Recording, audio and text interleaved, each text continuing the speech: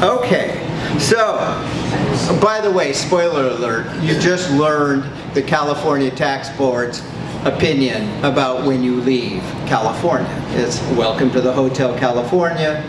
You can check out anytime you want, but you can never leave. Okay? So California, what's going on? California has the highest income tax in the country. 13.3% on incomes over $1 million. Well, everyone goes, oh, well, I don't make over $1 million, but you sell your house, you sell stock, you make over $1 million sometimes, so it affects you. There's no capital gains deduction, which means it's ordinary income, so you get to pay 13.3% on your profits in California. There's no deduction. But if you're a non-California resident, you don't pay tax on what's called intangibles like stocks and securities. So what's the game? Well, you're a wealthy billionaire and you're going to sell your company. You want to move to Texas, a non-tax state, and sell your stock because you'll pay no California tax. Unfortunately, Chris Ferrigno, who isn't here, you're out of luck because California will always tax real estate because it's based here. This only applies to stocks and bonds. That's taxed where you reside. So that's the tax issue, and the California tax man really takes that Eagles song to heart. Chorus? Welcome to the Hotel California. Great. Okay. That's what happens. So, I'm going to talk about a notorious, narcissistic, multi-billionaire. No, not that one. Since Chris is here, he doesn't have to raise his eyebrows. Okay. I'm going to talk about a guy who's the richest guy in the world, at least for a moment. This guy's named Elon Musk. He's a smart guy, sort of. What he does is, I think a couple years ago, he asked people, should he sell 10% of his Tesla stock? And they said yes. So he sold 10% of his Tesla stock and created $28 billion in capital gains. He says it's a world record. I believe him. He probably paid more tax on that than anybody ever has, federal taxes. But he started planning. He sold the stock in 2021, but in 2020, he sold 6 mansions that he owned in California because he's going to liquidate and get out of California and move to Texas.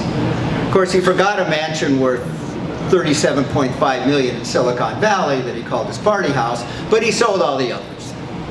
So he moves to Texas. Okay, and he says, hey, I sold all my stock in Texas.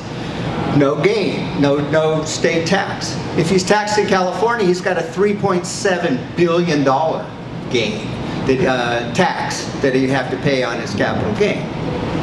Well, you know, he likes to talk, and he makes comments that's been reported in the papers and interviews. He goes, I don't even own a place right now. When I go to California, I just stay at friends' spare rooms. His place in Texas, the mansion he moved into Texas, is a 400 square foot, $50,000 shack that he rents from his company SpaceX, and he brags about that. Well, guess what? This is the Hotel California. Just because you think you leave here, you don't.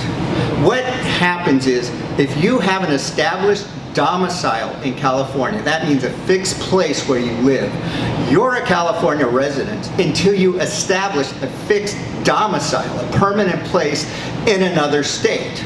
Which means if you decide to travel around the world, take a part-time job or a full-time job for 2 or 3 years in Saudi Arabia, you're still a California resident. You have to establish a domicile. Well, gee, leaving California is just not enough. So you must get a new domicile. So it's time for the chorus. 1, 2, 3. Welcome to the Hotel California. Making it worse, California asserts you're a resident and you have to prove you're not. So the burden of proof is on you.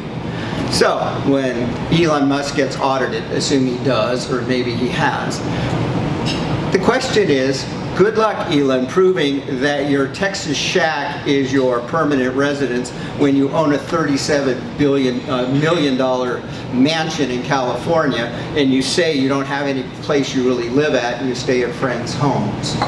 So, one last time.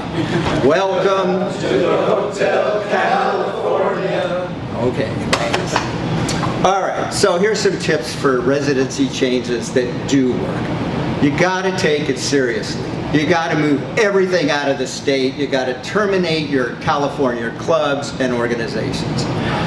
Move out, and for heaven's sakes, don't come back. Leave and give yourself 6 to 9 months at least, if not a year prior. And just if you're going to have a major taxable event like selling $28 billion worth of stock or any amount of stock. But if you can't do that, and you're going to come back and forth, don't even bother. Once you're out of here, don't come back unless it's for non-business reasons, like you're going to attend a wedding or a graduation, and just try to stay a few days, but don't conduct business here. Hire Cunningham Moving to move your stuff immediately, and then immediately hire a realtor once you get to your new place, or hire one before you get there and say, I want a new house, find me a new house. Make it clear you're looking for a new resident. This is the part you could really help yourself. You write letters, emails, your Facebook posts, everything saying, I'm permanently leaving California. So sorry, all my great friends, I'm leaving California. I'm leaving California. Say that 100 times. Franchise Tax Board and the courts have to look at that. Resign from your health club and book club. I won a major case on this. There was $2 million of taxes the Franchise Tax Board was trying to assess against a client. What convinced them wasn't all the evidence and arguments I presented. It was that my client quit her longtime book club and that her mother resigned as trustee of her trust because she was going to move to another state and she didn't want to be trustee of the trust. This is kind of a great story. So the Franchise Tax Board's hassling us unbelievably, all this stuff, and I finally get an appeal with these guys. And the appellate officer's asking all these kind of really interesting questions that I couldn't quite figure out why he's asking these. And we take a bathroom break. And we walk to the bathroom and they say, gee, what's your background, this and that? And he just goes, oh, I'm a criminal lawyer. The Franchise Tax Board hired me. I go, why'd they hire you? And he goes, well, I can argue really well, so they want someone who can argue before their boards or whatever to get more money, or when they screw up, who can defend them. And I went, this guy doesn't know anything about tax. So I go back and I present the most complicated tax picture I can think of. I see the guy's eyes going blank in the back of his head, and 2 weeks later, he throws in the towel and settles the whole case. So with that, if I have any more time, I'll take questions. So, no more singing, though. Microphone. The question is, what if you... What if the Eagles wrote another song that didn't go like that?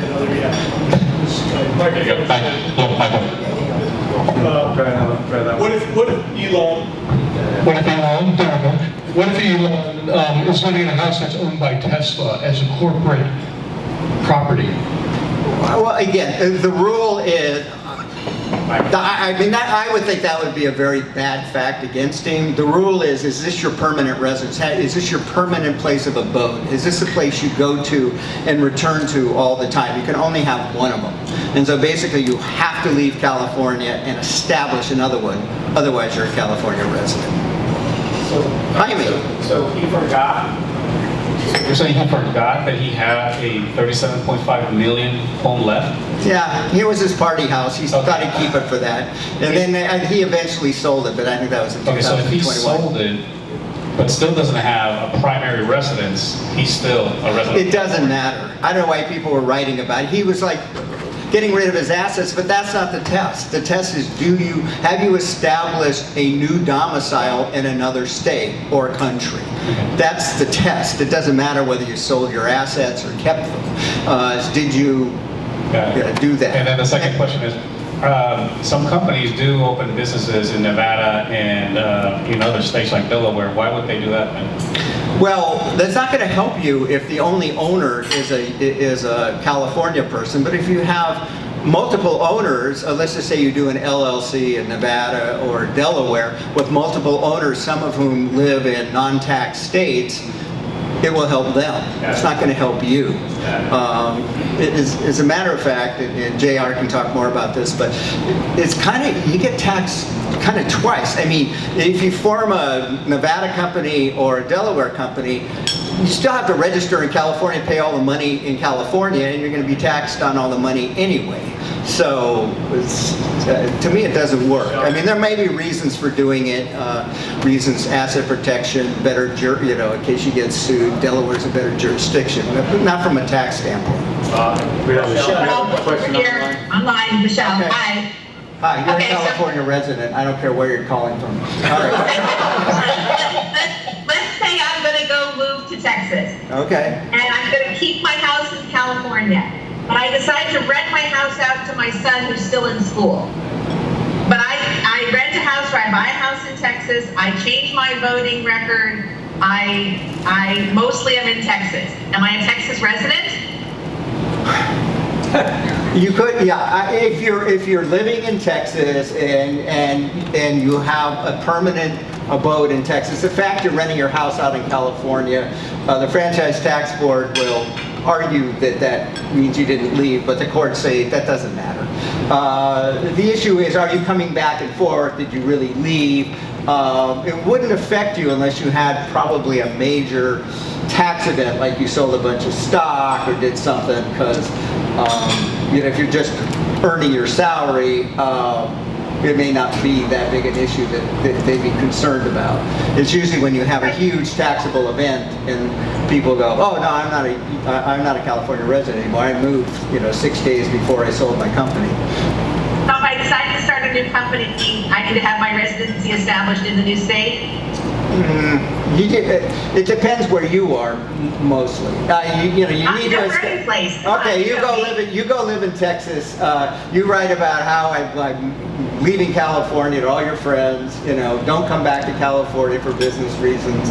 And yeah, claim you're a Texas resident. You should be fine. I don't think they go after you. Okay.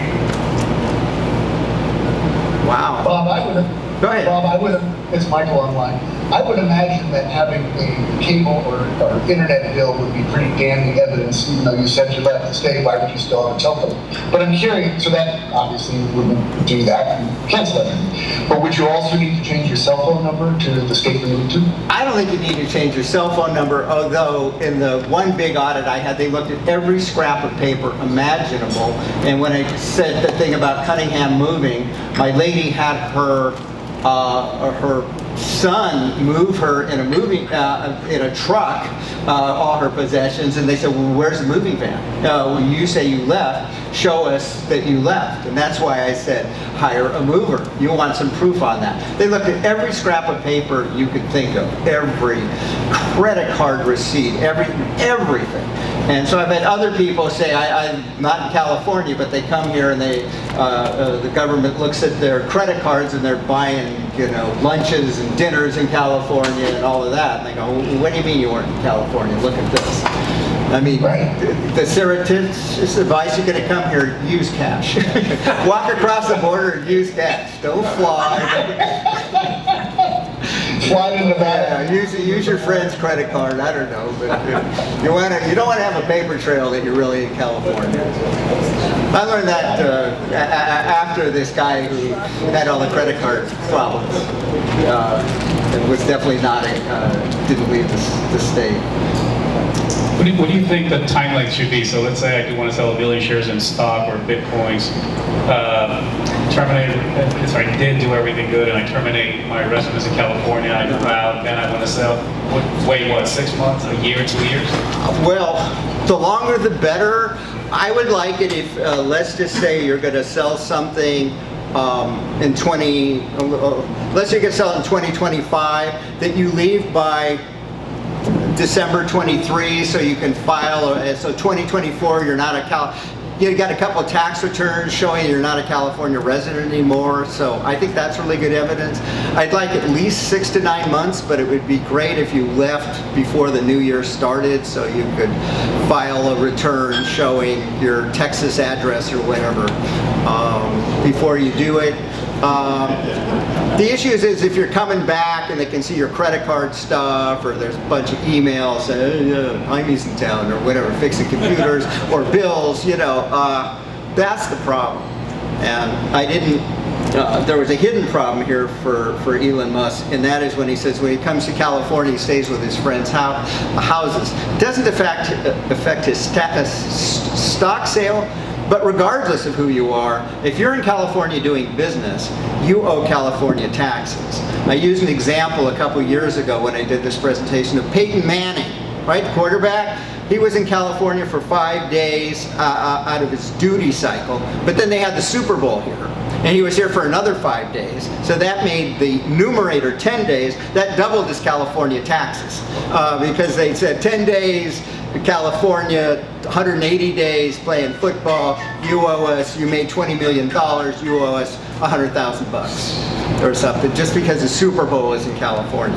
And that applies to broadcasters, that applies to lawyers, that applies to all kinds of people who come here and do business here. They take a pro rata portion of your business day and take the money. So he's admitting he's back in California, so whatever his salary is, say he's only getting... Call Messi and tell him. Yeah. And a lot of these, just so you know, a lot of these people, they have tax returns in all 50 states. I mean, you know, if you're an athlete, it's incredible. Every little state is taxing you. Patrick. I have no idea. Yeah, well, my son, who plays for Indiana Pacers and Orlando, they tax him in every team he plays at. And at the end of the year, they send him the 1099. And he has to. I know the tax. Just give him to Curtis. He loves doing 48 states of tax returns. Yeah, what a mess. I just look at that and just go, I'm so glad I'm not an accountant. I'm so glad we have Curtis. But just to follow up, so why does Derek, back in the day, why did Derek Jeter live in Florida? Because he has to pay all the tax. That's for all his endorsements and everything else. They all moved to all the Tiger Woods, all the golfers live in Florida because there's no state income tax there. They may owe tax where they play in the tournaments, but they can sell all their bling and all their stuff and claim Florida residents. They won't have to pay income tax. And that's what the Rolling Stones do and all these others do internationally. They all say they're based in, no, it's in the Netherlands. The Netherlands had like a 2% tax on royalties or something. And they all formed entities in the Netherlands. All the big rock groups and stuff that weren't U.S. did that. Yeah. I think Netherlands has got to have been cracked down upon. I don't know if it still works, but that was the deal. And so, yeah, you'll see all these athletes living in Florida, and you say, why? They're going to be taxed pro rata anyway, but no, it's for all their endorsement money and stuff. I have another interesting fact about California tax. So, let's say you're out of state, you make $100,000 from a California source, and let's, for simplicities, you just don't make anything where you live. Maybe it's because you have an investment here. You're only taxed at $100,000 in California, and so you're at that tax rate. But let's just say 1 year, 2 year, whatever, you sell some property in that other state, and now you've made $2 million plus the $100,000 that you always get from California. That $100,000 from California is not taxed at the rate that you would have had last year and the year before, but they count the other income that you have for the rate that they use in California. Jeez. So they stack the California income on top of everything else and say, oh, you're at a 13.3% bracket. Yeah. Okay. Here. Okay. We're running late, but here's the weirdest example I've heard of California. Guy has an LLC in, I think, like Nevada or something. He gets contacted by a California company to do some design work. The law is clear. For personal services, you're taxed where you perform it. It's physical presence. California goes, oh, no, that's a company. And we tax where the customer gave you the money. And so you owe full California tax because your customer was in California, even though you've never set foot in the state. And I look at this case, the taxpayer who argues it doesn't have an attorney. The Court of Appeals, which is full of FTB, Franchise Tax Board, ex-agents and stuff, doesn't raise this obvious issue. The standard goes, yeah, that's right. You owe all this money because you did business in California because your customer lived here, even though you never set foot in California and were never solicited anything. And so California's running around going, okay, everybody, you ought to know about this because all these people owe tax and you got to send them a 1099 or withhold and all of this. I think if it goes on appeal, California's going to get crunched. But that's how ridiculous it is. So with that, we'll wind up in Curtis over there. I'm going to call it quits. Thanks so much.